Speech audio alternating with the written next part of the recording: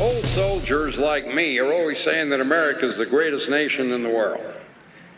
Well, my friends, I'll go one better than that. America is the greatest nation that ever existed under the sun.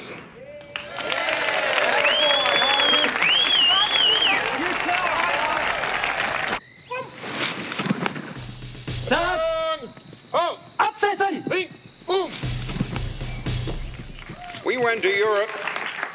As I was saying, we went to Europe in 1918 in the same spirit that our boys have gone there now, carrying the notion that the values we hold dear were worth our lives and our sacred honor. Ich schließe mit dem Bekenntnis, das der Führer einst aussprach, als den Kampf die Macht im Reich begann.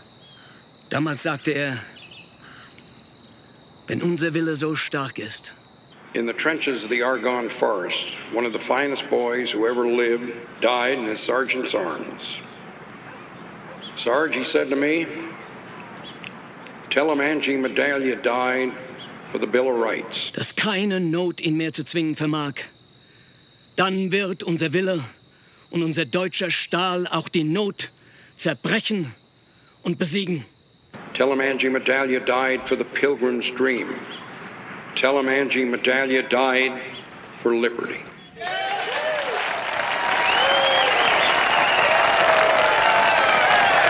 Lang lebe Deutschland.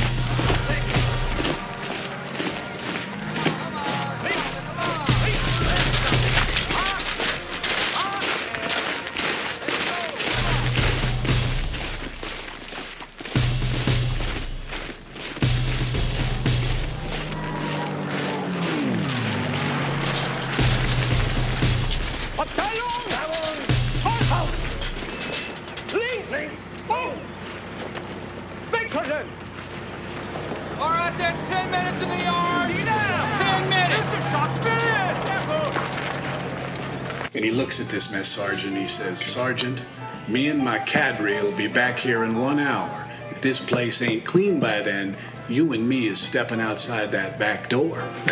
I thought that old boy was gonna faint. Oh, Harmon Cub, that is disgusting. Ought to make you drink it. Use an ashtray or eat at the Bluebell.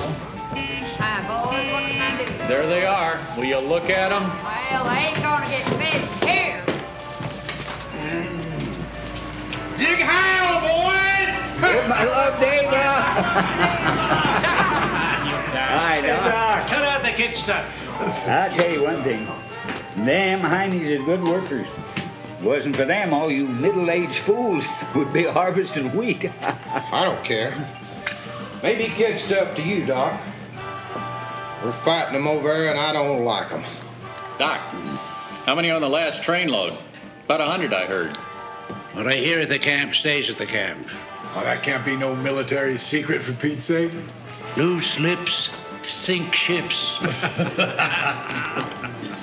Let me have a cheese sandwich and a glass of iced tea, will you? Say please. Not to you. Oh, Doc, you're quite the lady killer. Hey, Doc. Right, If you ever get the urge to give one of them Nazi SOBs a shot of strychnine. Now, why would I do that? Well, I'd nail him, boy. By God, I'd inoculate him right in the old eyeball. Damn right. You think I care what you do? Listen, let me tell you, smart fella, something. Most of those Germans I could murder.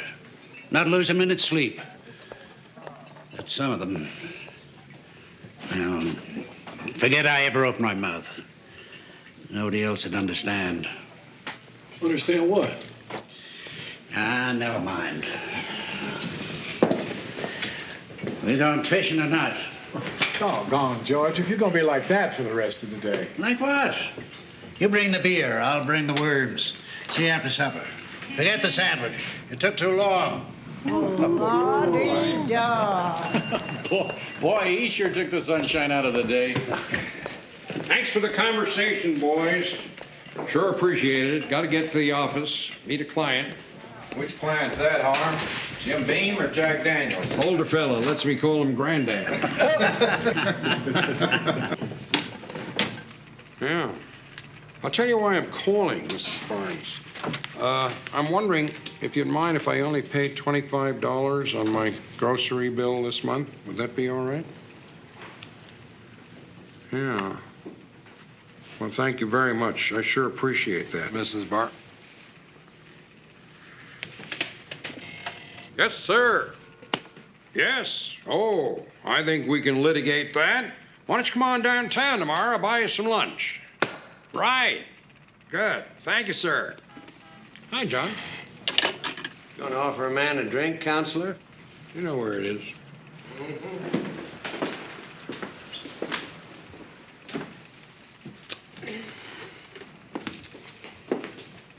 Some of the ladies ought to talk to Miss Barnes about shaving that mustache of hers. Well, hell, you've known her for 30 years. And there you were on the phone just now, calling her sir.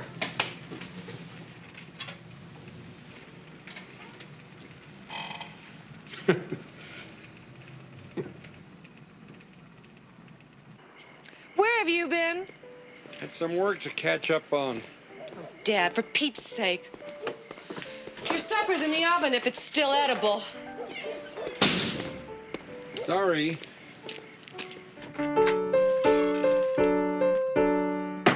Hi, Grandpa. Hi, Cookie.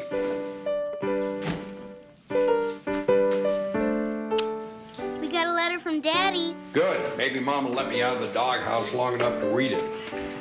I worry about you sometimes, that's all. Want to hear it? You bet. Dear Dad, dearest Billy and Nancy.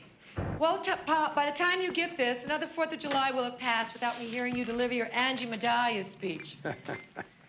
I really miss being there.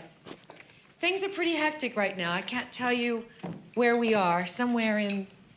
They censored that. They're in France. Everybody knows that. Everything is so old here, Nancy. I've seen real castles where knights and ladies of old lived. And everyone talks French. That's stupid. You censor France and leave in that everybody talks French? You're right. Of course, we're not exactly tourists, and I sure would like to come back after this is over and enjoy the castles up close. The big news around here is that I've been transferred to Regimental S1. They've got me posting replacements. Hey, Pop, you know the Army alphabetizes everything? Well, that's how the replacement battalions send us men. This week was nothing but elemental P's.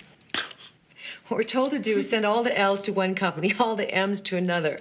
Can you imagine an infantry platoon with 40 guys named Martin in it?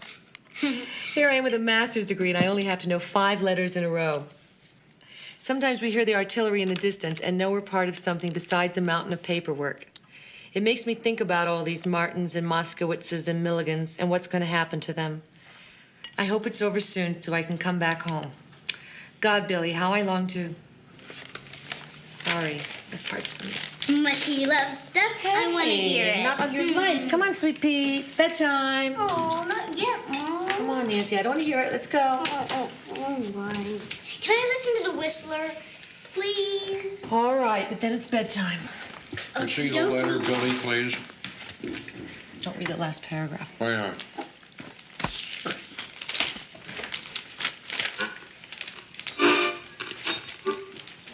Sorry, I was cross. I had it coming. I am a whistler, and I know many things, for I walk by night. I know many strange tales hidden in the hearts of men and women who have stepped into the shadows. Yes, I know the nameless terrors of which they dare not speak. No! She was more beautiful in death than in life. Her childlike smile embraced the grim reaper like a mother. Oh, boy. I could just see the ravage it had done to her face.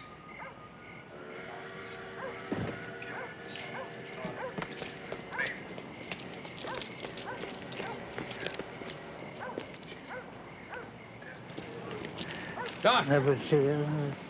Doc, what's the matter? What happened? Very low. Here, let me give you a hand. No, Shall I call Edna May? I'll get up in a minute and be on my way.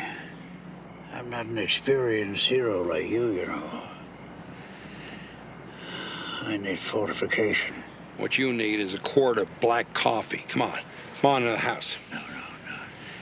Let me ask you a question. What? Come on down here. I'm tired of looking up. All right, if I answer your question, will you let me pour some black coffee into you?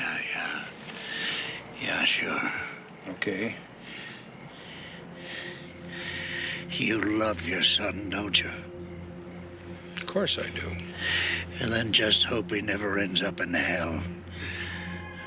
All those dead boys. What? Dead soldiers. The ones I know. And the ones I'll never know. What are you talking about, Doc? All those poor boys. None of them ever going home. The terrible sadness. What boys, Doc? None of your sons. What do you care? Come on, Doc. Let's get up. Yeah.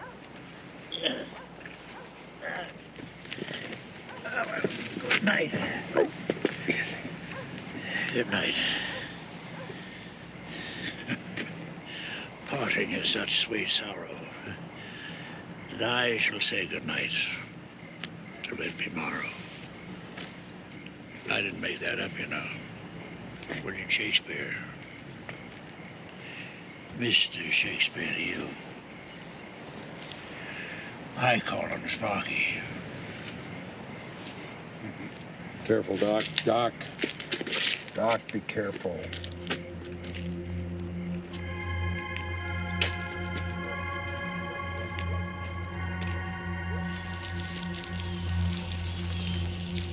Hey, Pop, look at this. It says we've broken out of Normandy.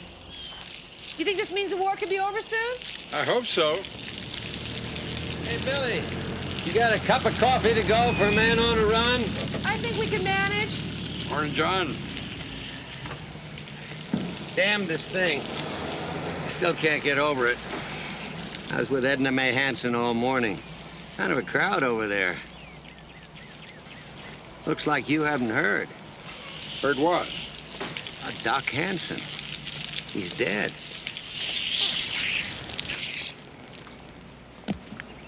How? What happened? Captain out the POW camp called me about 6 this morning. They found Doc in the dispensary.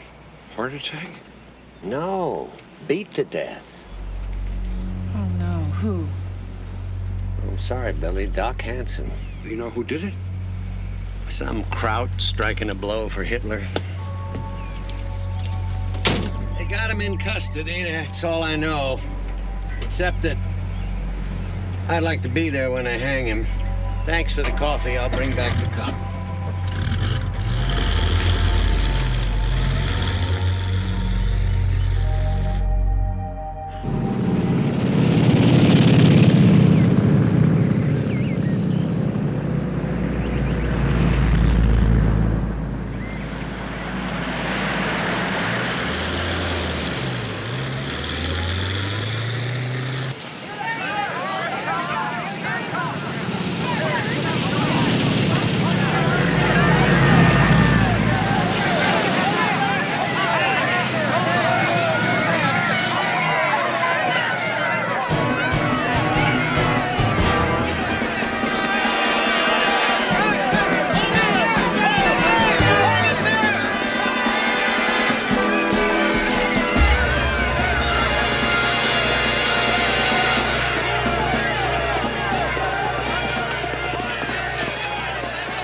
They tossed Charlie Canfield out of his chambers and moved in a U.S. District Court judge. They're going to try that German in a federal court. Federal court? Well, they ought to let me try him with a down 2x4. That's what they ought to do, you know. Lord, they got marshals over there. United States attorneys? Oh, yeah, Willie Jackson was out there all day yesterday installing new phone lines. You know, what I'd like to know is who in the world are they going to get to defend this crowd? Charlie says Clarence Darrow. Clarence Darrow? Was he kidding? Either that, or he hasn't heard that old Clarence has been dead for 6 years. Mr. Cobb? Sorry to bother you, sir. I'm U.S. Marshal. Could you come with me, please? Are you kidding?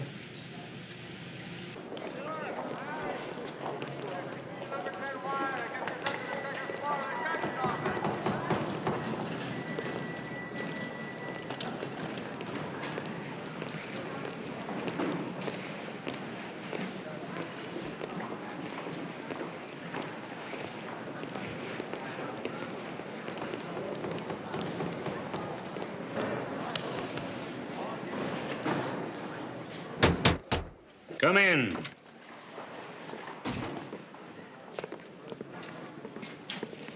Mr. Cobb? I'm Stoddard Bell. That's B-E-L-L. Bell, how do you do? Yes, sir. That's just fine, thank you. Yes, sir.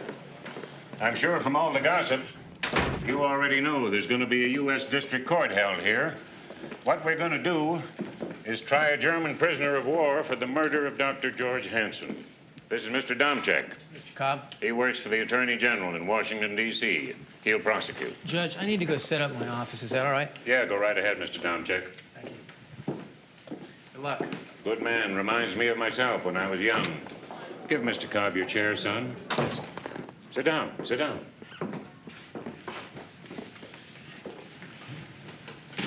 Now, the defendant, he's going to need a lawyer. I can appoint any member of the U.S. District Court bar I want to. After consulting with some people around here who know who's who, I've decided to appoint you.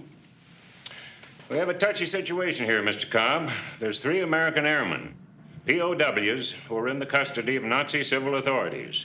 They're about to be tried before a criminal court in Darmstadt, Germany. The president wants to make sure they get a fair public trial. You follow me? No, sir. This trial is a way to assure that that happens. That's why we're trying it before a civilian court. Quid pro quo. If we give this German a fair trial, maybe they won't railroad our boys, you see? The president wants justice done, not only here in Lincoln Bluff, Colorado, but in Darmstadt, Germany, too. At 10 o'clock this morning, some federal marshals went out to Camp Bremen and took custody of the defendant. What the hell's his name? Geiger, Your Honor. Hauptfeldwebel, something. Wilhelm Geiger. What does all that German mean? Means a sergeant, Your Honor. Well, then say so. Yes, sir. I'm arraigning your client at 3 o'clock this afternoon. Not my client, Your Honor. I'm very sorry, sir, but I don't want the job. Thank you. Hold on. Gents, if you'll excuse us, Mr. Cobb and I are going to take a little stroll.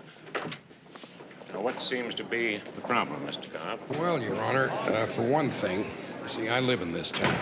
If the hangman's job was open, I'd be the first in line. The other thing is that I joined the U.S. District Court bar because their certificate looked pretty on my wall.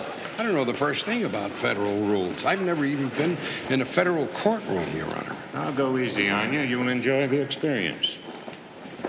Judge, my only son is over there fighting these people. Now, how in the hell can I defend a German for killing an American? I can't do it. What does the cardboard sign say on my chambers?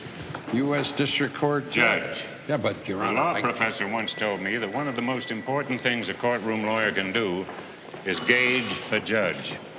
So to help you out, I'm going to tell you everything you want to know about me. I'm a very thorough fellow. For instance, unless you were cheating on your income tax, you earned $4,331 last year. Pretty slim for a lawyer. I also know you're about that much again in debt. Well, with all due respect, Your Honor, I don't think that's any of your business. I knew you'd say that. Well, sir, if you take on this case, Uncle Sam will pay you a retainer of $2,500. And at $15 an hour, you can bill the government for another $1,000 for preparation and trial time. Now, tell me you can make that kind of money representing the interests of some overwrought farmers and their aspirated rabbits, and I'll drop the offer. I'll grant you, Judge, that I'm the poorest lawyer in the state, and I intend to stay that way. Thank you very much, but no thank you. Mr. Cobb, what's important here is the process. As far as I can see, this is an open and shut case anyway. Not asking you to save this German, just defend him. This has got to be an American trial in the American way. It's got to be thorough, it's got to be honest, out in the open, fair as fair can be. Don't you see, the very reasons you don't want this case is why you're the only man to take it. You got a son fighting in Europe. You served with distinction in the last war. You're a patriot. I'm going to arraign your client at 3 o'clock sharp. If I were you, I'd move for a non-jury trial. I'll grant the motion. Naturally, the first thing you'll want to do is go talk to Mr. Domchek. Oh, there's one other thing. I'm compelled to force you not to discuss the situation regarding those POWs in Germany. Not with your family, not with a soul. You tell your friends in this town I forced you to take the case. Tell them I gave you a choice of resigning from the bar or going to jail for contempt. Of course, that won't be a lie, because that would have been your choice. It was going to be my last argument. Well, I'll see you at 3 o'clock.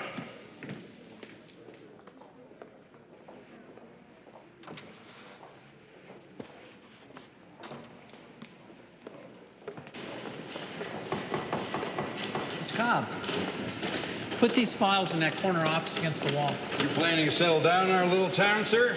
Well, they've given me everything except a home-baked pie. Hey, Mr. Cobb, can you come over here for a minute? I just want to show you what I've got. Now, the county coroner, he's going to testify that the victim was beaten to death with a baseball bat. Sentry, victim arrives drunk. Sergeant of the guard, he finds the body. Commanding officer, he finds your client's iron cross in the victim's hand. He makes the arrest, and then he finds the murder weapon in your client's possession. Army CID expert identifies the victim's hair and blood on the bat. And this is my favorite, German sergeant. He's going to testify that your client wanted to kill Americans for Hitler. Now, here's what you've got. Somewhere. Statement from your client saying that he was asleep at the time of the murder, doesn't know anything about it. And I'll tell you, he's a real doozy, Mr. Cobb. This guy, he could have posed for Uncle Adolf Wants You poster. I think this is a change of pace for you, isn't it? I'll manage. Well, anyhow, in these cartons, there's some studies, classified studies of POW camps, and I can have them sent over to your office if you want. You have an office, right? Yes, sir, I do. Okay. So, where'd you go to law school? Oh, I didn't. Excuse me? I read for the law. What, like Abe Lincoln by candlelight? Yes. I also split rails and wrestled. And I'll bet I can tell where you went to school. Harvard. Harvard, yeah. It cost a bundle, but it taught me a lot. What it's going to teach you is free. I'll see you in court, counselor. Goodbye, Mr. Domchek. Domchek. Right.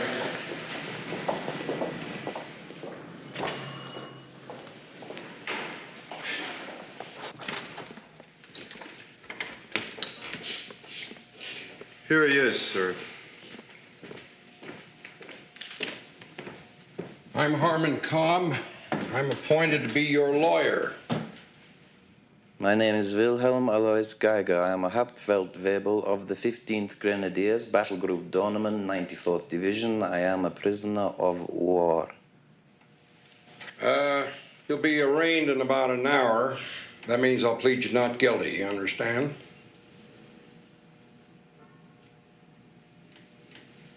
It's gonna be a short defense. My name is Wilhelm Alois Geiger. I am a Hauptfeldwebel of the 15th Grenadiers, Battle Group Dornemann, 94th Division. I am a prisoner of war.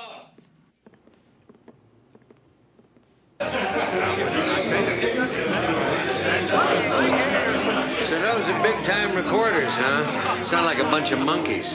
Give me $1 tip. Any of you snuffy Smiths ever do that? Just a minute, Mr. Cobb.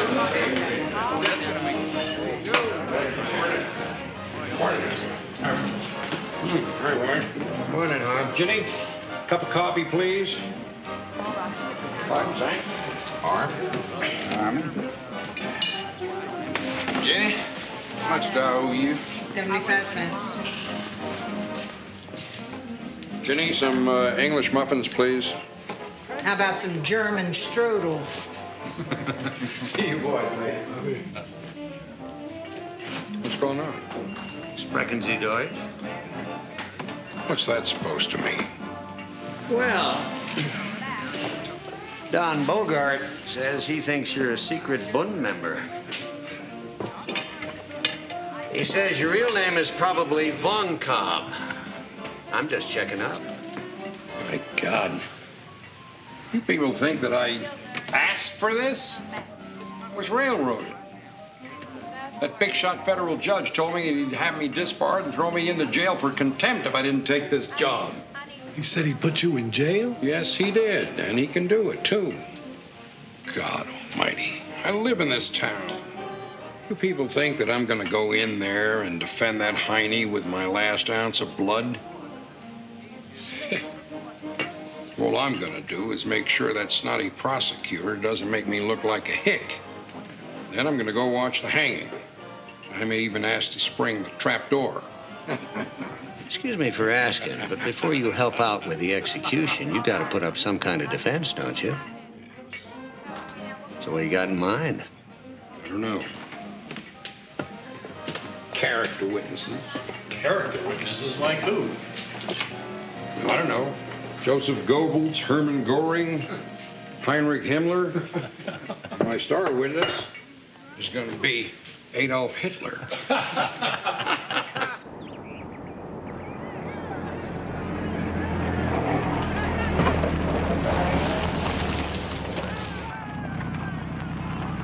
Visitor parking over there, sir.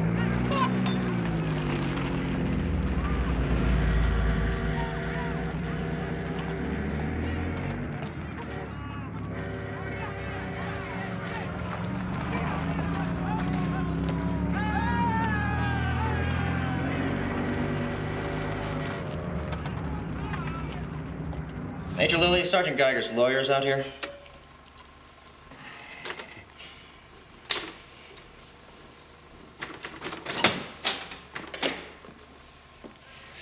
I'm Major Lilly, sir. Harmon Cobb. So, you would like to see our dispensary? If it's not too much trouble. Oh, it's no trouble at all. I'll show you around, and Sergeant Osias, he can tell you where the prisoners are working at. Thank you. Thank you very much. Thank you.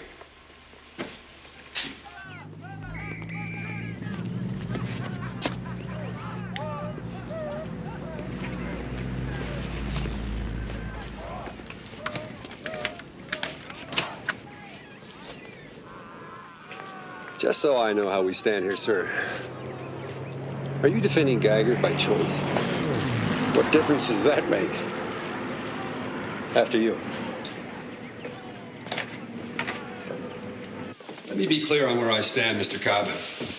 The fact is, Hansen shouldn't have been out here in the middle of the night. So while I'm sorry that he got killed, I really can't take responsibility for his death. Was this Doc Hansen's office? Yes, it is, sir. Okay, if I go in? Go right ahead. I think you should also know that this has been a model camp for 2 years. I have a good understanding with my prisoners. But Geiger's been a troublemaker from the moment he got here. Did you know that he even has the Iron Cross for being a good Nazi? So when they hang him, I'm going to celebrate. Good. I'll bring the beer.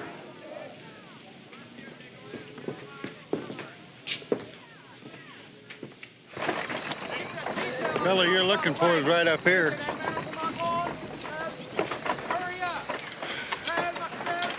Hines. Yeah? Come and see you out of there. Fellow here wants to sprechen with you.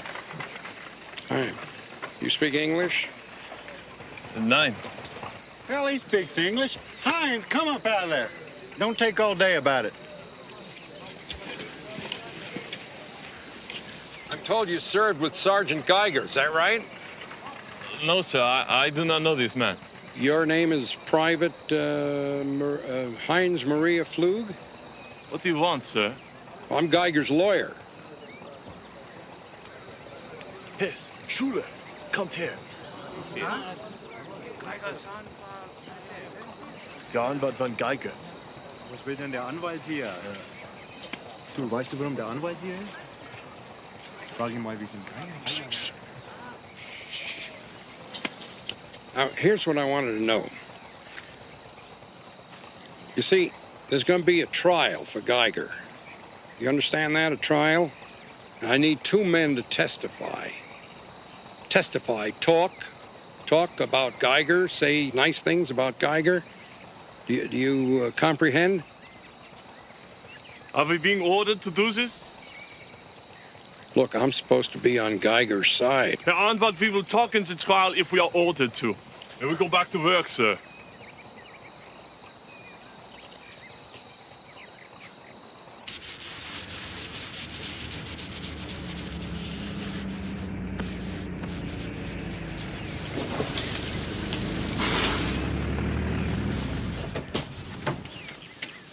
Who did that? Could have been lots of people.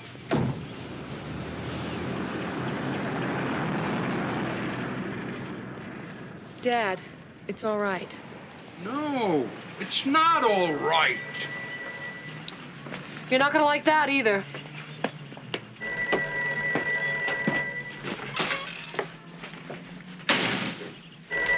Hello. Who is this?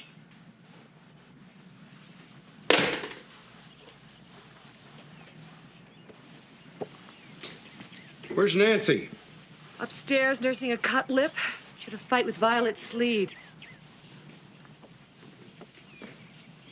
Nancy! You tell Violet Sleed to go to hell! Rise and shine, Adolf. Out here.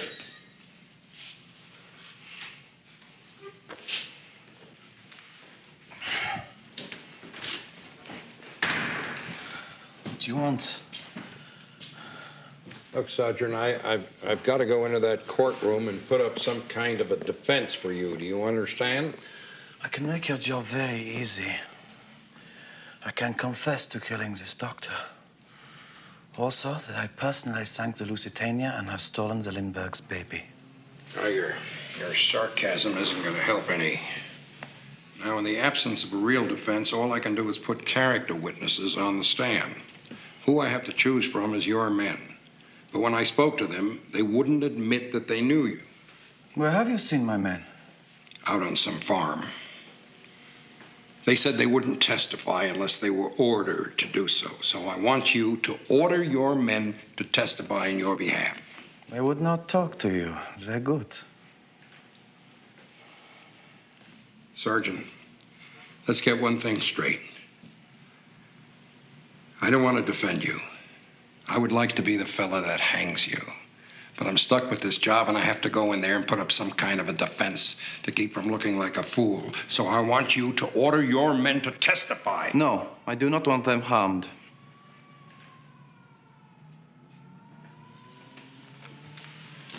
Oh, my God. Nothing is going to happen to them, for crying out loud. This is the United States of America. Not in Camp Bremen. Do you want a defense? Then what about the truth? Shall I tell you about the murder of Ernst Schmidt? Shall I tell you about the Lago Gestapo in Camp Bremen? No. You want only vengeance. So I will not tell my men to testify. For Wilhelm Geiger, you need no defense. You need a defense only for yourself.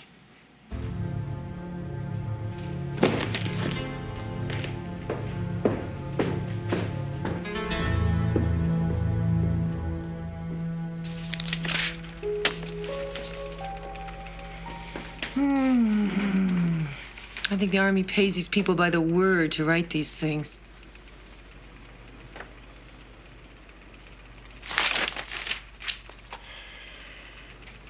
I'm going to look like a fool in there.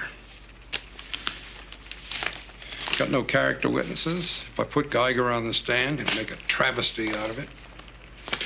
If I rest without a defense, a tough old judge will have me shot.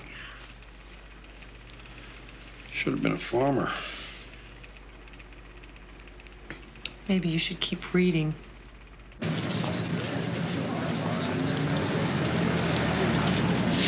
There he is. How do you feel about defending a Nazi? You, this German, can get a fair trial. Is this the biggest biggest case of your career? You ever defended a murderer before? What about being a Nazi sympathizer? Why did you take the case? What do you think they picked you? Give us something, please. All I can tell you is what the judge told me. It was me or Clarence Darrow, and he's dead. Okay? Promise to tell the truth, the whole truth, nothing but the truth, so help you God? I do. State your name. Corporal Adam Swayze, sir. Please be seated. Corporal Swayze, what were your duties from midnight to 8 a.m. on July 6, 1944? I was on guard duty at the main gate of the prison compound at Camp Bremen, sir. Did Dr. George Hansen arrive at your post during the night? He sure did, sir. Oh, I object, Your Honor. Isn't this called leading the witness? Your Honor, I resent counsel's sarcasm. No sarcasm intended. I just wanted my learned adversary to know that we here in the sticks do know leading a witness when we run across it. Objection sustained. Go on, Mr. Domchek. Thank you. Did anyone approach your post the morning of the 6th? At 2:17 a.m., sir, the doc did. Dr. Henson, I mean. When Corporal Swayze told me that he had admitted Dr. Hansen into the prisoner's compound without informing me, I reprimanded him. I then proceeded to the dispensary. At what time was that, Sergeant? It was 5:32 a.m., sir. The lights were on in the office, and the filing cabinets were turned upside down. Dr. Hansen was lying on the floor. Most of his face was gone, and he didn't have any pulse. Major, at the dispensary, what did you observe? Sir, I observed that Dr. Hansen was holding something in his right hand. I identified the object as a German combat decoration. It was the Knight's Cross of the Iron Cross. The ribbon was torn. Is this the object that you found? Yes, sir. Your Honor, I'd like to introduce this as United States Exhibit A. Exhibit A admitted. Major, how many soldiers at Camp Bremen are entitled to wear that decoration? Just one. Sergeant Geiger.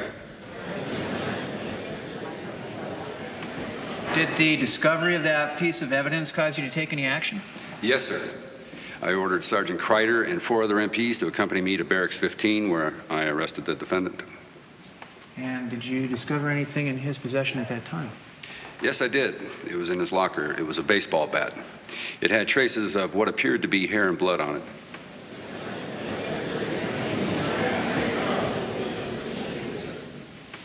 Your Honor, I'd like to introduce Exhibit B, the baseball bat. Exhibit B admitted. Your witness, Mr. Cobb? No questions. Hi, kids. Hi, Pop. Better. Hi, Grandpa. Do you want me to heat up your stew for you? Sure, Cookie. You know how to do it?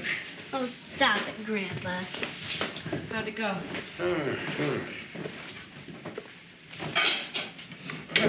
I got a letter from Harry. Oh, wonderful. Read it, read it. Great. What does he say? Wait till you hear. Dearest Billy, also Nancy and Pop, a couple of your letters caught up with me today. It's terrible about old Doc Hansen. He was a great old guy. I hope the Army hangs the blankety blank who did it. What did they censor? Nothing. I censored it. Okay, is everybody sitting down? I made Sargent. Hooray! Yeah. So I'll thank you all to treat me with more respect from now on. There'll also be a welcome addition to the old allocation check. Hooray. I'll have new duties I can't tell you about yet. Don't worry, it's another staff job. Maybe even one where I get to use my brain a little. I'll tell you, Pop, the Army still operates on the same mentality you always talked about. If it moves, salute it. If it doesn't move, move it. If you can't move it, paint it. I don't know if you had the word snafu in World War I, but it's what we live with every day. I'll tell you what the letters stand for sometime when Billy and Nancy aren't in the room. What do they stand for, Grandpa? Situation normal, all fouled up. What's wrong with that? Absolutely nothing. Posting replacements has been getting to me anyway. I keep looking for the names of kids from Lincoln Bluff, but so far nobody I know. Thank God. I'm sorry if I seem down in the dumps. I keep telling myself how much I have to be happy and proud about, especially when I think the rest is just for me. Uh-huh. Mushy love stuff. That's right. Mushy love stuff.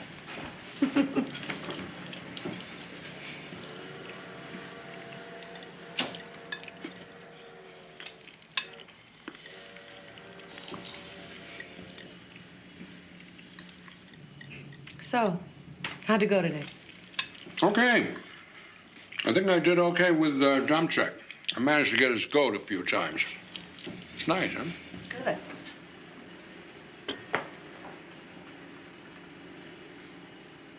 So, what else? You should have been a lawyer. All these questions. That was Doc. He was so drunk that night, I don't think it was making any sense. Maybe I shouldn't have let him. What? Walked to his home 2 blocks away? How could you possibly know he would go all the way out to that camp? Yeah. Dad, it wasn't your fault.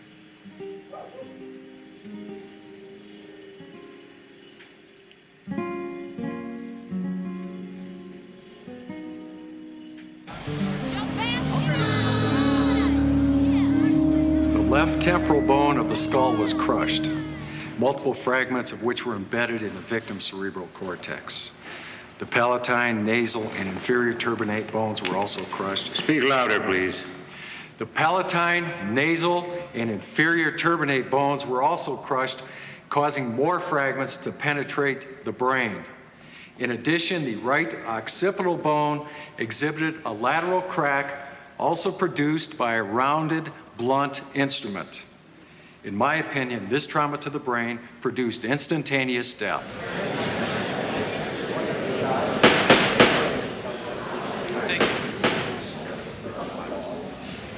You're a witness, Mr. Kopp. No question. You can step down. The United States calls Hauptfeldwebel Hans Riefenstahl.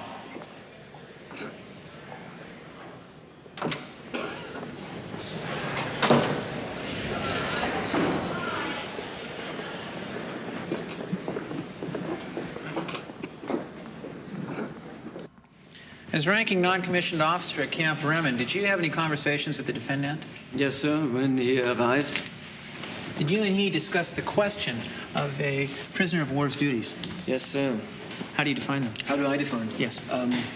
I believe it is my duty to obey lawful orders from my captors and to maintain discipline among my men. But I do not believe it is a soldier's duty to murder civilians. I object, Your Honor. Overruled. Continue, Mr. Domchek. So Sergeant Geiger had a different definition? Yes, sir. Sergeant Geiger said that his duty was that he must be the Führer's angel of death in America, to kill any American he could.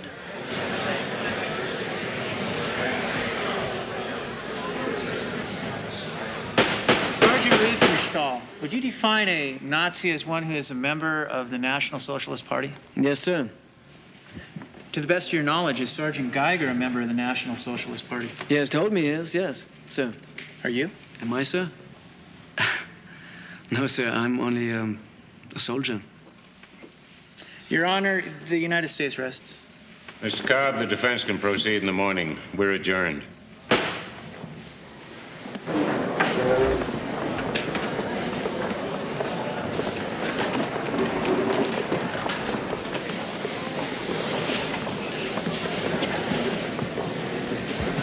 Lawyer, answer me a question. What? What is the year? What is the year? Yeah, you think it is 1944, don't you? But you are wrong.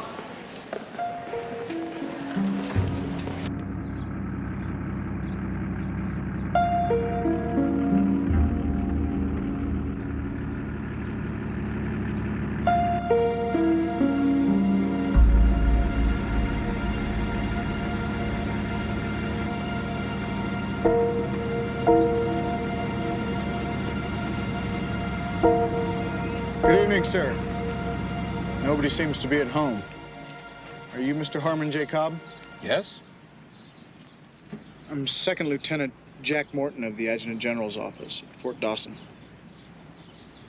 Could we go inside, sir? No, I don't think so. I'm sorry.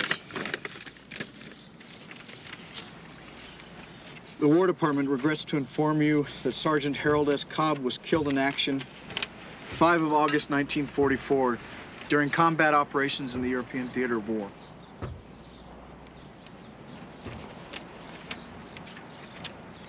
Sir, would it be easier if I waited inside with you and told Mrs. Cobb myself? No, I'll do it. Thank you very much for coming. Thank you, sir.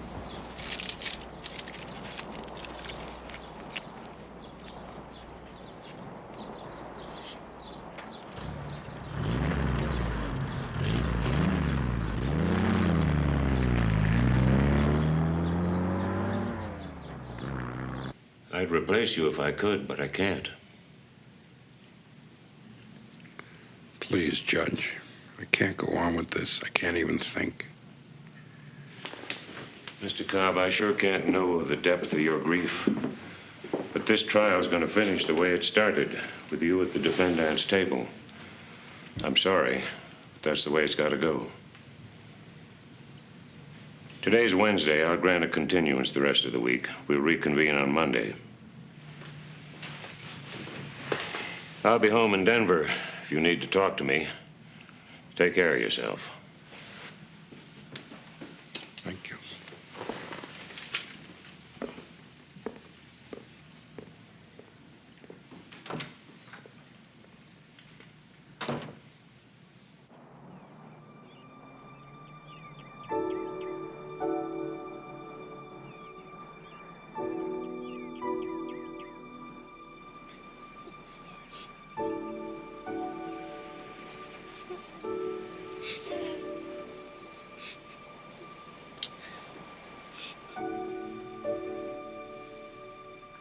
Yes.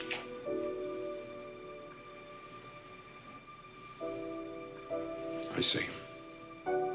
No, thank you very much. I appreciate your taking the time. Thank you, and the best to you too, sir.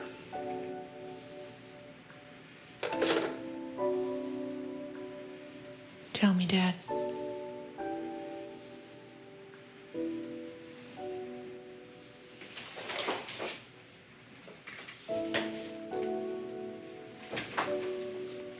I want to know. Tell me.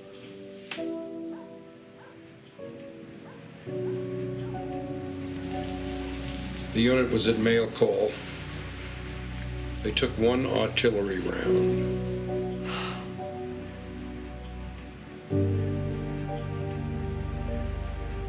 That's all.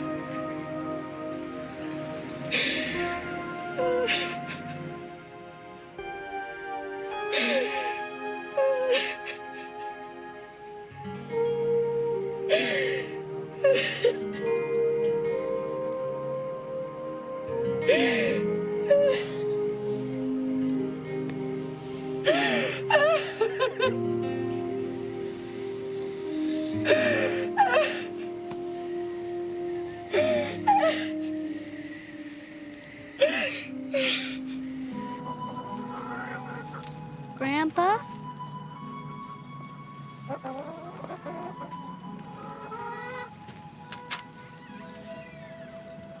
Grandpa,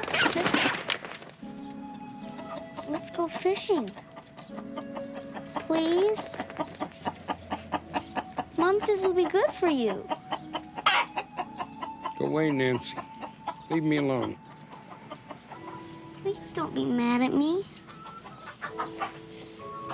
I'm sad too.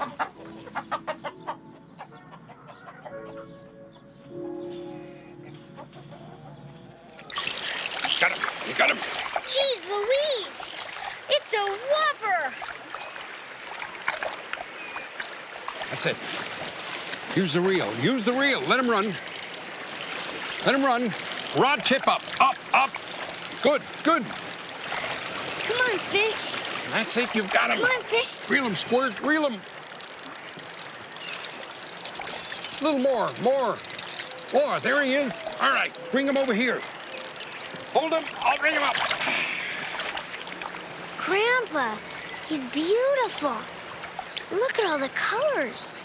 He's red and blue and silver. Can we keep him? Please. I want to show Mom.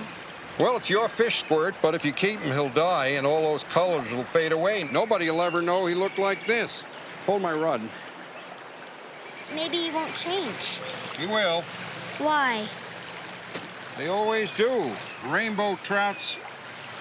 Colors is just something you gotta see, but not keep. Then, let's let him go. We can remember what he looked like. Everything about him.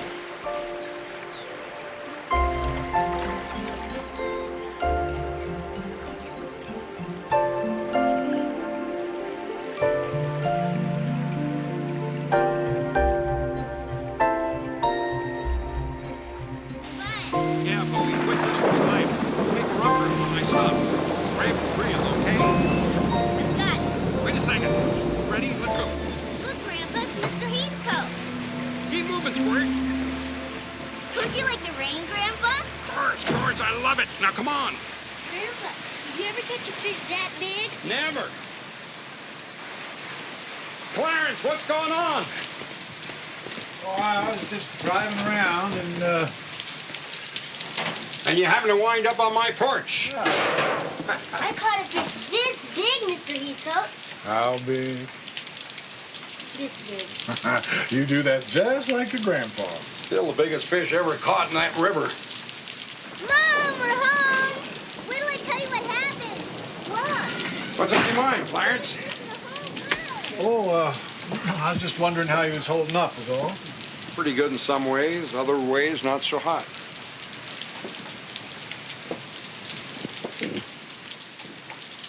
Would you like to come in for a cup of coffee, a sandwich, or something? No. Harmon, I was wondering, what's going to happen when that trial reconvenes? I guess I'm gonna go back to the courtroom and take my seat. I don't suppose there's ever been any question about that German fella being guilty as sin. Of course, you got to do your very best for him, no matter what. That being what you might call the American way, you know. Feller's innocent until he's proven guilty. No matter what he done. You giving me a civics lecture, Clarence? No. Heck no. I was just wondering what you'd do if you'd had any kind of case, that's all. Well, so far I haven't had that problem, but if I did, I suppose I'd put up a defense. In which case, I probably would have to move to another town. Is that about it, Clarence? Yeah, sure. Well, I'll see you later, hon. Sure you don't want to come in for a cup of coffee till it blows over? No, I got some errands I got to run.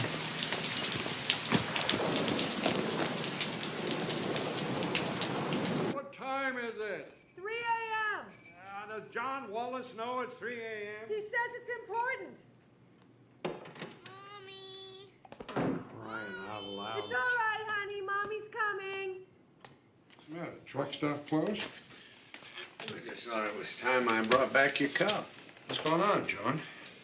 Well, about an hour ago, Clarence Heathcote woke me up, so I thought I'd pass on the favor. He brought me something real interesting. He found that in his tackle box when he was cleaning out his boat this morning. He says Doc scribbled that down when they were out fishing, the day Doc was killed. Let me get my glasses. Clarence said Doc got drunk and went rambling on about dead boys. That's what he was babbling to you about that night, wasn't it? Doc was a friend of mine, but he must have been up to his neck in something out at that camp. I hate to say it, but there's more to this now than just some crazy Nazi wanting to kill an American for Hitler. Holy Chicago. So this is what Clarence got stuck in his craw this afternoon. He asked me if I thought that would hurt Doc's reputation. I said, hell yes. But he said, give it to Harmon anyway. Sure was eating on him. Oh, by the way, I asked Clarence not to tell anybody else about this. He said he wouldn't. You okay, Harmon? Okay. Good. Thank you very much, John. See you later. Night, Billy. Night. Everything all right? Billy, come over here and listen to this. This was written by Doc Hansen the day he died. He got drunk and he wrote this. Sir, Camp Bremen is hell on earth, a place of death. If what I am about to reveal results in the criminal prosecutions of myself and others, so be it. I have harbored this burden with great difficulty, and with the murder of Corporal Ernst Schmidt, I can carry it no longer. That's it. That's all there is. Corporal Ernst Schmidt. I remember talking to Geiger. I told him something about this being the United States of America, and he said something about the murder of Ernst Schmidt. I didn't know what the hell he was talking about. I wasn't even listening to him. Oh, my God. What am I going to do?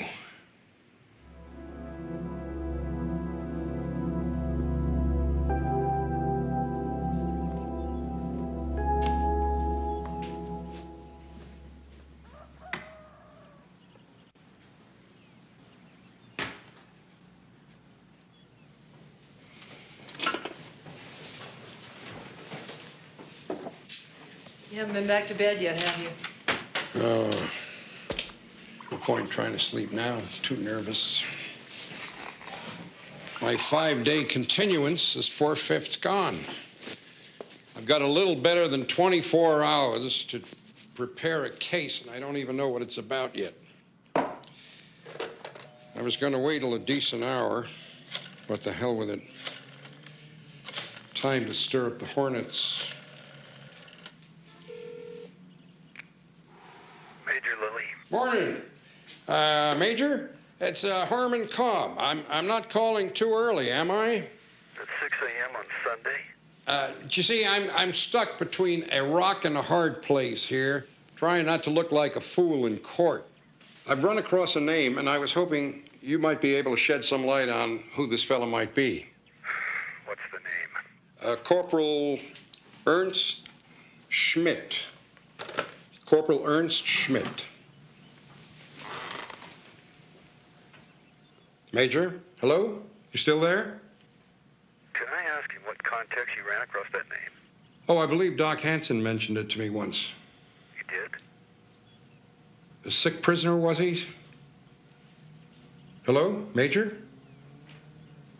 Goodness me, I haven't stumbled on some military secret, have I?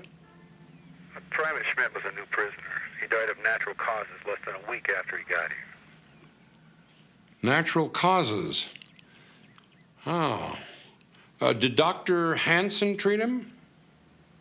I suppose he must have. Well, then I guess there'd be some medical files on him. You don't suppose I could take a look at those, do you? Sorry. If this is in connection with the trial, you'll have to get a subpoena. A subpoena? Oh, no, it's not that important. I'm sorry I bothered you. Thank you very much. Goodbye.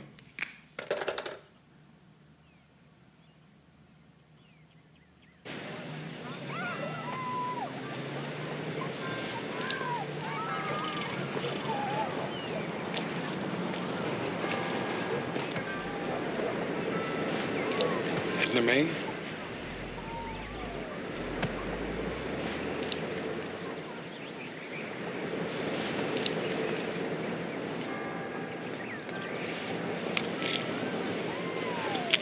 Hello, Edna May. How you feeling? Harmon. I was just over your house. Your daughter says that you might be here. I'm sorry to disturb you, Edna May, but I was wondering if George ever talked to you about a prisoner of war named Ernst Schmidt. Ernst Schmidt? Oh, I don't think so. Why? Well, something was wrong out there at the camp. Something was bothering George a whole lot. What? What was wrong? I don't know. That's my problem. You see, and it's complicated things. What are you talking about? Well, it could be that my client is innocent. Your client? You talk like you want to help him go free. Well, I only said that it could be. See, George was real disturbed about something that night outside my house. Disturbed? He was scared to death. Why? Ask your client why.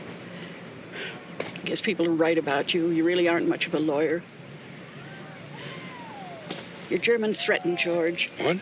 And he pushed him down. When? The day he was murdered. My God, did he report this to anybody? Of course he did. Did he report it to Major Lilly? Of course he did. You don't really think that German is innocent. You haven't even buried your own son yet. Didn't the Germans kill him too?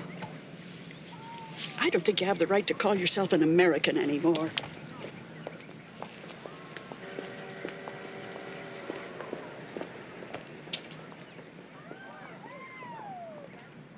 The other day you tried to tell me about Ernst Schmidt. I wasn't interested. Now I am. Who was he? Was he murdered? Yes. You still interested? Come on out here. Why did you attack Doc Hansen the day he was murdered? I was wondering when that would be used against me. The prosecution rested without bringing it up, so for the moment it's just between you and me. So you are my advocate? Well, I suppose that's what a lawyer is. Did you kill Doc Hansen? No. Well, what about Ernst Schmidt? Did his murder have anything to do with Dr. Hansen? Do you know what is the Lager Gestapo? No. Do you know what is the Heilige Geist, the Holy Ghost? No. If you are going to hate Nazis, you should learn that is who has killed Ernst Schmidt. They have visited him in the night and taken his life. Before, in court, I asked you what year it was. Now I will tell you.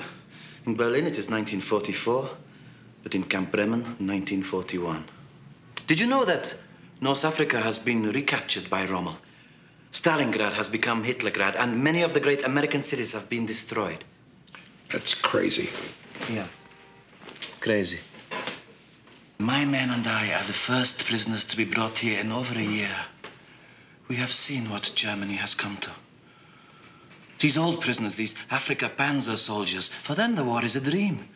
They believe these things and they like being Nazis still. We have thought for us when we are captured the war is over, but where are we? Back in Nazi Germany. How can that be? Because Nazis can run a camp very, very well. Major Lilly needs the Lager Gestapo. Why? He cannot provide fear, and they do. The Lager Gestapo needs Major Lilly. He gives them power. It is a circle. And do you know who is the head of our Lager Gestapo? Sergeant Riefenstahl. This man who says, I am a Nazi, and he is not. He and his men are the Holy Ghost who visit you in the night if you speak against Hitler. Ernst Schmidt has made a joke, only a joke, about fat Hermann Göring. When we go to bed at night, he is there. In the morning, he is gone. I demand to see Major Lilly. I ask him, where is Ernst Schmidt? He tells me, Schmidt has died in the hospital of natural causes. The doctor has written this in the records. I go to see this doctor. I ask him, why does he write this lie? I'm very angry. I put my hands on him, and I can hurt him, but no. I stop. The doctor is calling Major Lilly on the telephone to punish me. It would be easy for me to kill this old man, but I went away. And I wake up in the morning when Major Lilly is telling me I am a murderer. Did you see Ernst Schmidt have this rendezvous with the Holy Ghost? No. Did you see the body? No. Well, Schmidt was in camp less than a week. How the hell do you know he didn't die of natural causes? I have 15 years in German army. I know. Did Doc Hansen talk to Major Lilly in your presence? Yes. I'm not ashamed to be a soldier. I have killed men, yes, Americans. But they were soldiers, and it was my duty. These things I have done. But I did not murder Dr. Hansen.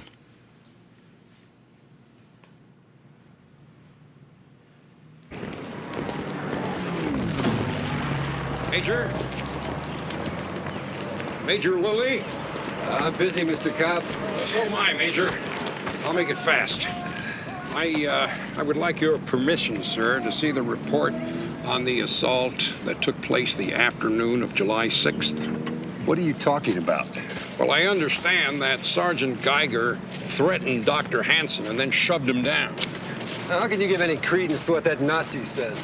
That's disgusting. Well, that may be right, sir, but do you know anything about a letter that Dr. Hansen wrote right before he died concerning the camp? No, I don't. And I don't have any more time for this nonsense. All right, John, what do we have? Well, let's see. You got this Kraut prisoner who's dead. Doc's letter hints at foul play. Geiger says there was foul play, but he can't prove it. You got this little shoving match between Geiger and Doc. Edna May says it happened. Geiger admits it. And they both say that Doc told Major Lilly about it. So how come Lilly didn't arrest Geiger? That's very interesting. What's real interesting is that Domchek didn't bring it out. He must not know about it. Will you two pipe down in there? I'm trying to concentrate. Oh, sorry. You can get up, honey. My legs have gone to sleep. Is that Nancy in there? Well, I sure wasn't talking to Harmon. Nancy, what time is it? I know. You know what I did right after supper? What? I called Violet Sleet and told her to go to hell. Don't tell Mom. Okay, Squirt. Good night. Night. Good night. Good night, honey. Thanks for the help. Good night, Mom. Good night, darling. Dad, John, come in here. Come here, look at this. There's a report here on causes of death in German POW camps over the last year. Now look, the numbers are random all through here, like this camp in Texas. 2 deaths from work accidents, 1 from battle wounds, 2 from homicide. Look, they're all like this, see? Except Camp Bremen. 8 deaths from natural causes and nothing else. Wow. Holy Chicago. Billy, you're a gem. And there's one other thing. Look at this. All these other camps have lots of escapes, or at least attempted escapes. At Camp Bremen, there isn't a single one. Hell, it's such a nice place, nobody wants to leave. I would love to get a look at those medical records on the deaths by natural causes. Judge Bell pulled back into town tonight. Get yourself a subpoena and hop on out there. Heck, I'll drive you, even if you are the town pariah. Good evening, sir. May I help you? Oh, it's okay. Mr. Cobb, you're just in time for coffee. No, thanks, Your Honor. I was going to call you in the morning, see how you're holding up.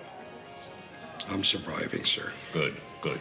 Please sit down. We'll both be more comfortable. Thank you very much. I'm sorry to disturb you in the middle of a meal. I know it's very rude. I need a subpoena, sir. What for? Well, I need some medical records from Camp Bremen. What way would medical records be germane to your case? I've come across some new evidence. New evidence of what? New evidence that may cast some doubt on my client's guilt. Is that right? Yes, sir. See, I have part of a letter here that Doc Hansen wrote the day before he died. Leave it in your pocket. Sorry? Ask yourself a question. Would I have picked you for the defense if I'd wanted there to be the slightest doubt of the outcome of this trial? I don't know what you mean, sir. It's a charade, Mr. Cobb. Every actor in it has a part that's already written. You ain't the hero. That's Mr. Domchek's part. Who you are is the court jester. Now, here's how it comes out. Right after you make your closing argument tomorrow afternoon, I'm going to find Hauptfeldwebel Wilhelm Geiger guilty of murder. Then I'm going to sentence him to hang.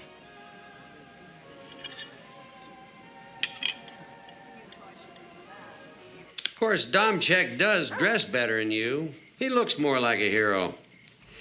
What you need is one of them caps with pointy things. It's got bells hanging on them. We're going to take this to the Supreme Court, by God. Dad, it's your word against his.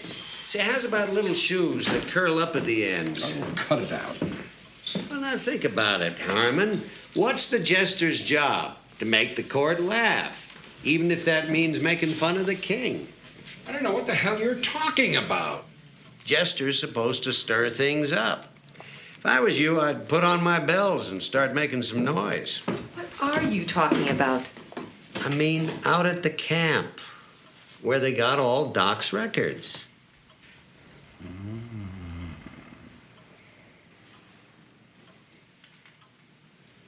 You wouldn't.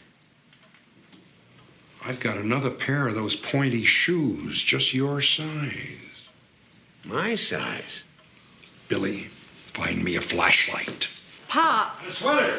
Let's not be hasty here. Pop, you're not going to do this. I'll meet you down at the car. Oh, well. I was planning on getting in a new line of work anyway.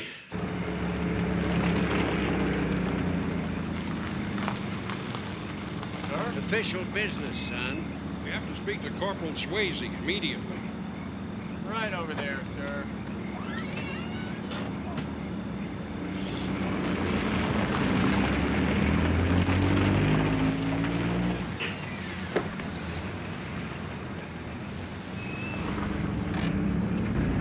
Evening, Corporal Swayze. Mr. Cobb?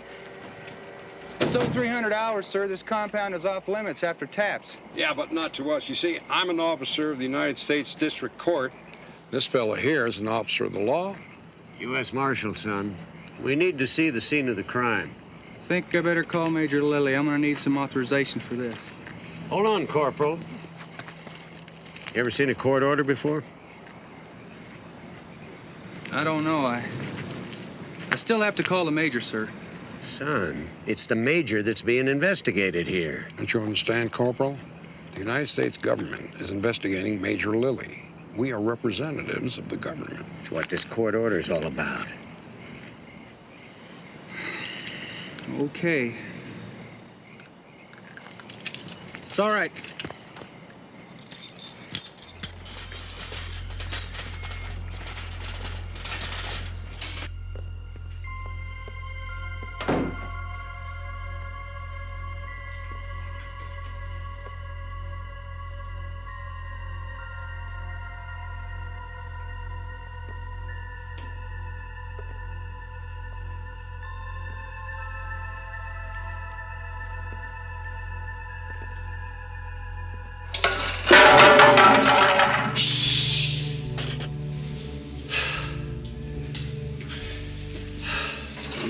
This.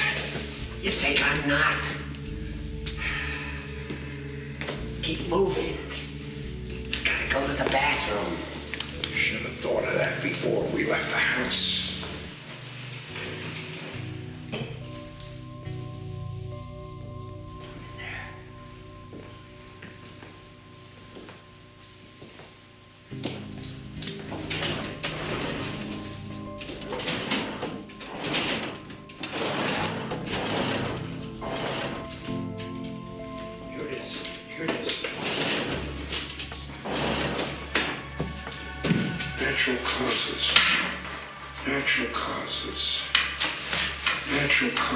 Like Billy said. Right here, the latest one is Ernst Schmidt. The earliest is March of 1943. That's a year ago. All signed by Doc Hansen. This give you any ideas? What? Shote? Funeral director. Yeah. Now I'm gonna go to the bathroom. Get this stuff put away. Hurry up, hurry up.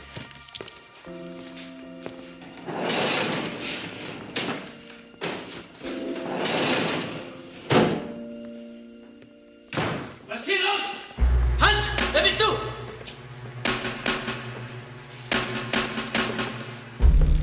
Ach, du bist doch der Anwalt von Geiger. Was machst du hier? Niedermachen.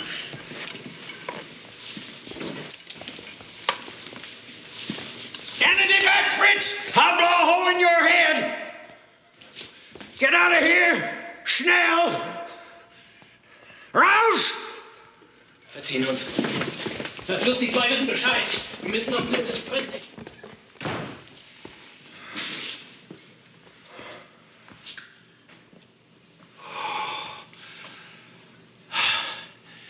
The hell was that? I don't know. Let's just get the hell out of here. Hey, Corporal, who the hell are those krauts with baseball bats we just ran into? It's just the German security patrol, Marshal. Fun, ain't they? You mean they're there and you're out here? Yes, sir. After taps, that's how it works. Wow. Will you testify to that in court? Let me tell you about guys opening their mouths about this place, sir. Look, this is real easy duty here. It's just hear no evil, see no evil. This one MP, he decides he's gonna write to Inspector General. Guess what happened to him? He found stolen property in his locker. He went to the stockade. Do you have any idea what happens to an MP inside a stockade, sir? Okay, fair enough. But listen, Corporal, you are already a witness in this trial. I could recall you if I wanted to. Put you on the stand as a hostile witness, and you'd have to tell the truth. Of course, if you were scared, and I guess I don't blame you for that, you could say you hadn't seen anything, and then that would kill the case. But you know what? If I can do what I want to do, I can bust this camp wide open, and you never have to worry about ever being in any stockade.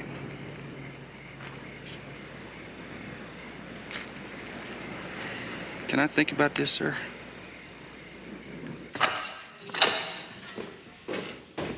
There isn't much time. When I call you, tell everything you know, including your fight with Dr. Hansen. Is it not bad for me to tell that? Well, it can't get any worse than it is, can it? No. I'm sorry about your son dying. Thank you. You have a family at home? Yeah. My father.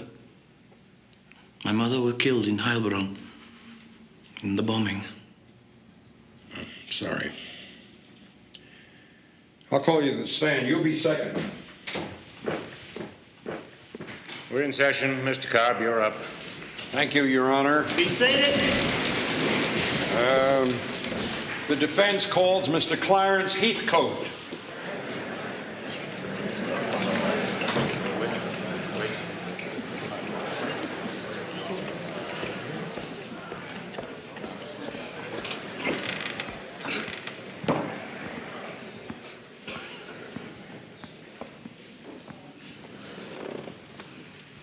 Raise your right hand.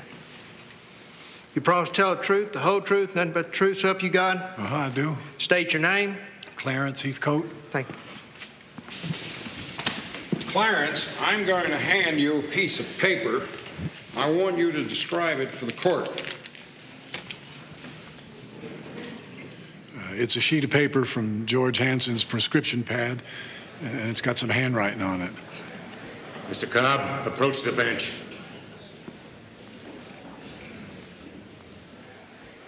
I want to see you in my chambers. Your Honor, I object to any ex parte conference. Then you better come too. We're in recess. All right. Just where do you think you're heading with this crap? Judge, you may think I'm incompetent and that this trial is settled. But whether you like it or not, there's been a conspiracy to conceal at least one murder of a prisoner at Camp Bremen, and I can prove it. What are you talking about? Are you crazy? No, I am not crazy. Both I have of you, shut evidence up. which... All right, I'm going to tell you why this trial's going to end the way I say it's going to end. You remember those American airmen I told you about getting tried in Darmstadt, Germany? Yes, sir. They're going to be sentenced to hang. There's no doubt about that. Well, the president doesn't want them hung, so we need one of theirs to hang. What if theirs isn't guilty of the crime he's accused of? Doesn't that matter? You think ours are guilty of crimes against the Reich? The idea is for nobody to hang. The president wants to trade our flyers for a bona fide Nazi hero. Now do you understand? That's why I'm giving Geiger the death sentence today, and nobody's going to stop me. What if there's no trade, Judge? Then I guess it'll be an eye for an eye, won't it? Why didn't I know about this? Because you didn't need to. If you've got new evidence, I want to see it. I'll stipulate that you're an honorable fellow. Now let's finish this damn trial. What do you have, Cobb? Did you hear what I said? Yeah, Judge. Judge, I came here to prosecute a murderer. I'm not going to help anybody hang an innocent man. I don't care what the reason is. I can make you care. Yeah, you probably could. Go ahead and put the letter into evidence. Dumb check. With all due respect, Your Honor, you try to suppress it, I'll move to put it into evidence. You deny my motion, I'll move for mistrial. All right. Suppose I admit the letter. Where are you going with it? I'm going to destroy Major Lilly, Your Honor. He's the one that's acting like a Nazi here. And if I can do that, I'm going to ask you to exhume some bodies. Is that right? Well, you better have it tied up in a very neat bundle, or I'll destroy you. It's all there. Or it will be, I hope. And let's get on with it. Let me tell you something. You two smart fellas may think one German life is worth 3 American lives. I don't. If our boys die, it ain't me who killed them.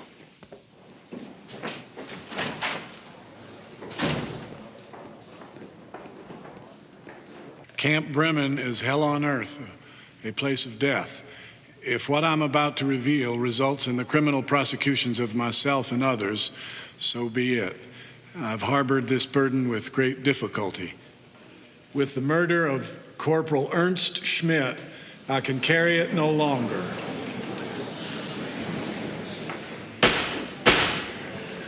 Thank you, Clarence. Mr. Domchak?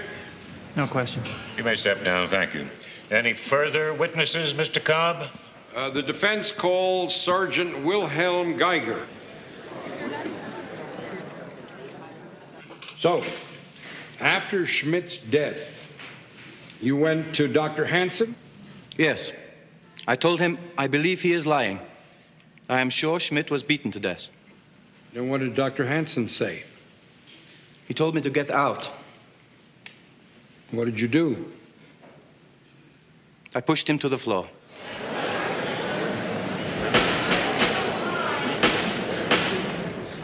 Any more of this, I'll clear the courtroom. What happened then? Dr. Hansen took the telephone. He said, "This is the doctor. I want to speak to Major Lilly immediately." I said, "You are a liar, doctor." He said, "Major, there is a German in my office who has hit me. I want him arrested." So I go away. Were you arrested? No, sir.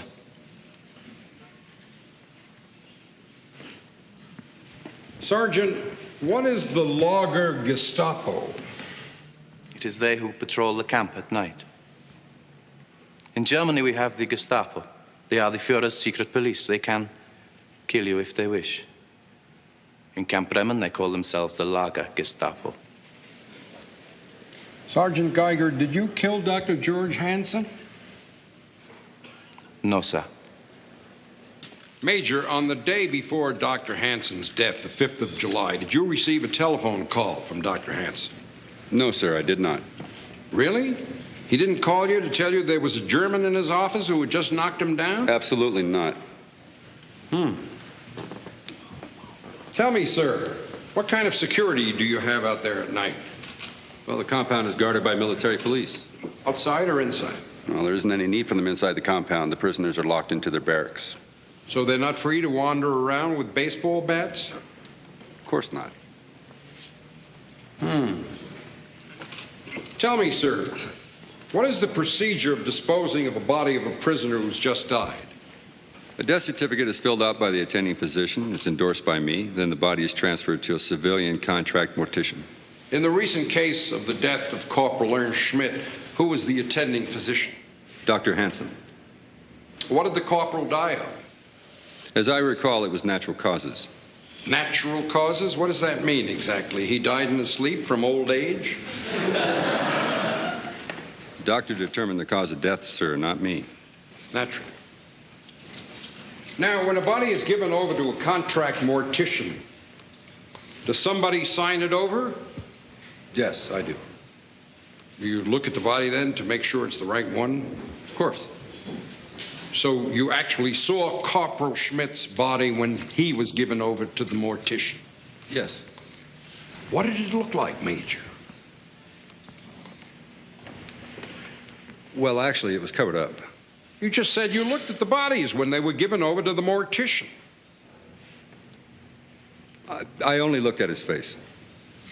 Well, what did his face look like? Was it normal? Was he beat all to hell? Was he smiling? Did he wink at you? Knock that off, Mr. Cobb. Sorry, Your Honor. Tell us, Major, what did the corporal's face look like? Normal. Thank you, sir. No more questions. Mr. Domchek? No questions. You can step down, Major. We'll take a 10-minute recess. Hello, I'm trying to reach Corporal Swayze. He is. Well, can I leave a message for him? Tell him... No, this is very important. Oh, never mind. Thank you very much.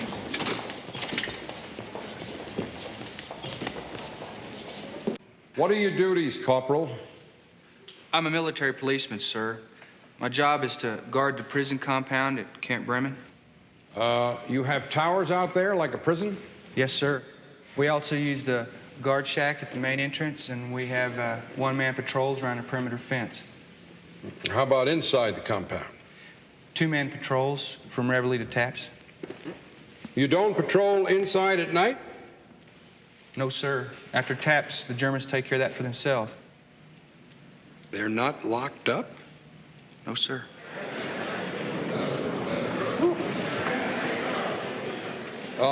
These German patrols, Corporal, are they armed? Well, sir, about a year ago, the Army supplied the camp with a whole bunch of baseball equipment. Germans don't play baseball, sir, but they sure did find a use for them bats.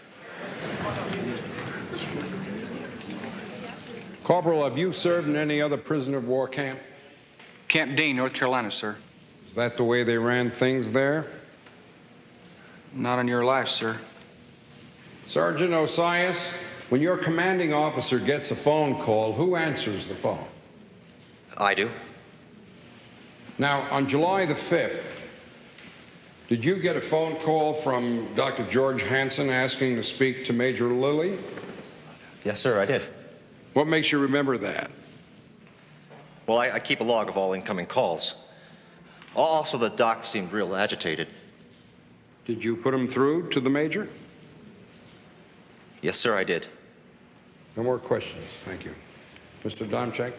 No questions. You can step down. The defense calls James E. Schote. Mr. Schote, what do you do for a living? I'm a mortician. I own Schote & Son Funeral Home. When some prisoner dies out at Camp Bremen, do you have a contract with the United States Army to prepare the body for burial? Do I have that right? Yes, sir. Did you recently handle the body of Corporal Ernst Schmidt? I believe that's a military secret.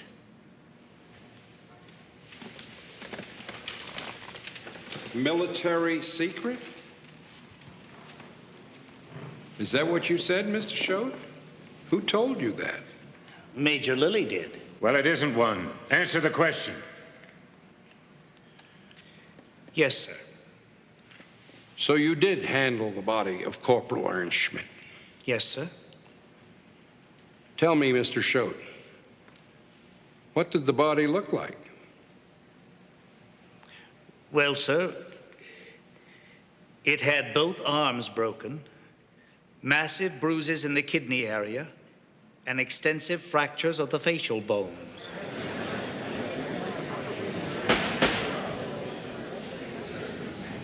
Question. Tell me, Mr. Schote, what did the body look like? Answer. Well, sir, it had both arms broken, massive bruises in the kidney area, and extensive fractures of the facial bones. Question. Thank you, sir. Major Lilly, now that you've heard the testimony of Sergeant Geiger, Corporal Swayze, Sergeant Osias, and Mr. Schroeder, I'm going to ask you again.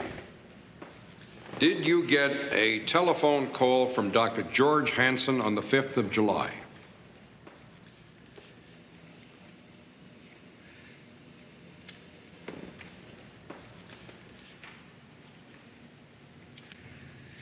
I ran the tightest POW camp in the Army. I deserve a medal for the job I did. Why should you give a damn about Germans killing each other?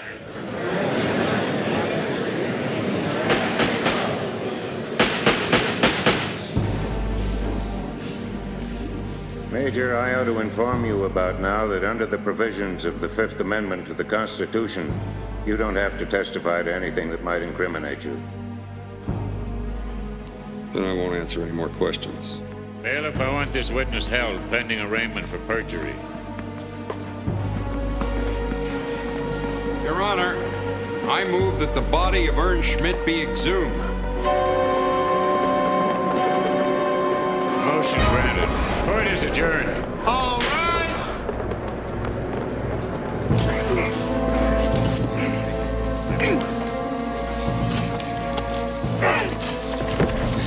Open it.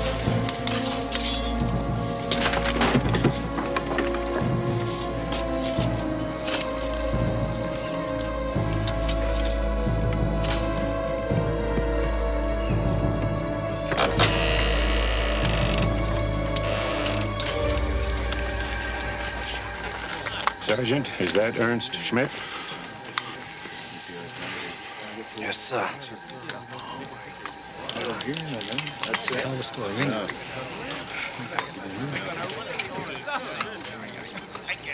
Close it up.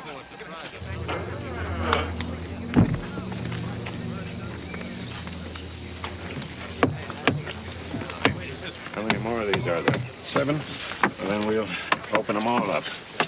Move for acquittal and I'll grant it. I guess this turned out all right. After I've convened a grand jury, I'll probably end up with a whole mess of condemned Germans for the president to trade. Of course, you gents understand, I'll be taking the credit for this whole thing. Mr. Cobb, I knew all along that you had what it takes, and I'm going to tell that to the Attorney General.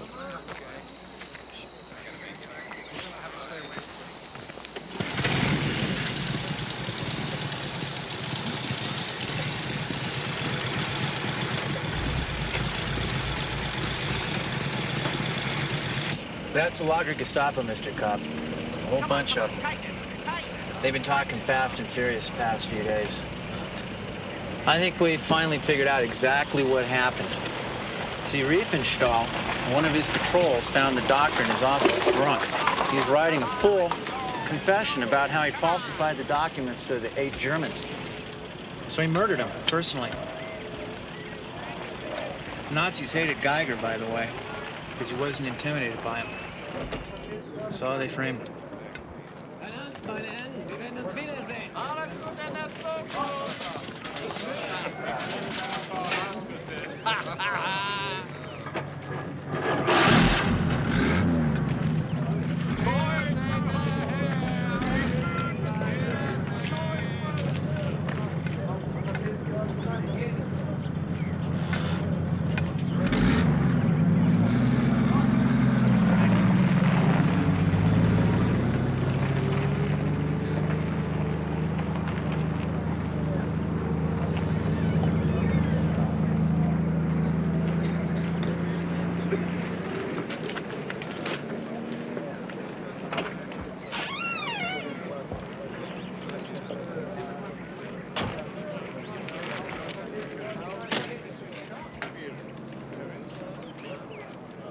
I want to say goodbye and good luck. So, you have saved my life. Yeah, well, I didn't do it for you. I did it for a lot of other reasons. That I know. But still, I thank you. You know, after this war is over, you won't have much to go back to. I hope you can make the best of it. We all will have losses to live with. Yeah. Goodbye. Goodbye.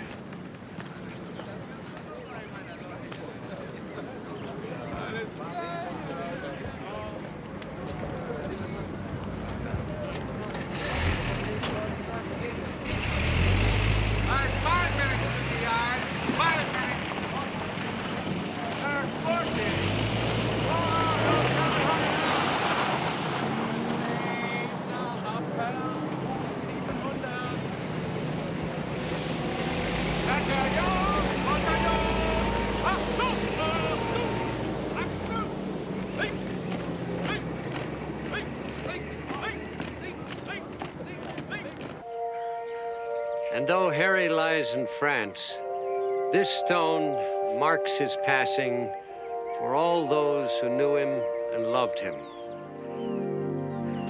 Both as the great kid he always was and the fine teacher he became. We'll sure remember he was here. Detail, forward, Holmes. Detail, ready? Aim, fire! Holmes! Freeze in! Holmes! Lord is my shepherd, I shall not want. He maketh me lie down in green pastures. He leadeth me beside the still waters. He restoreth my soul. He leadeth me in the paths of righteousness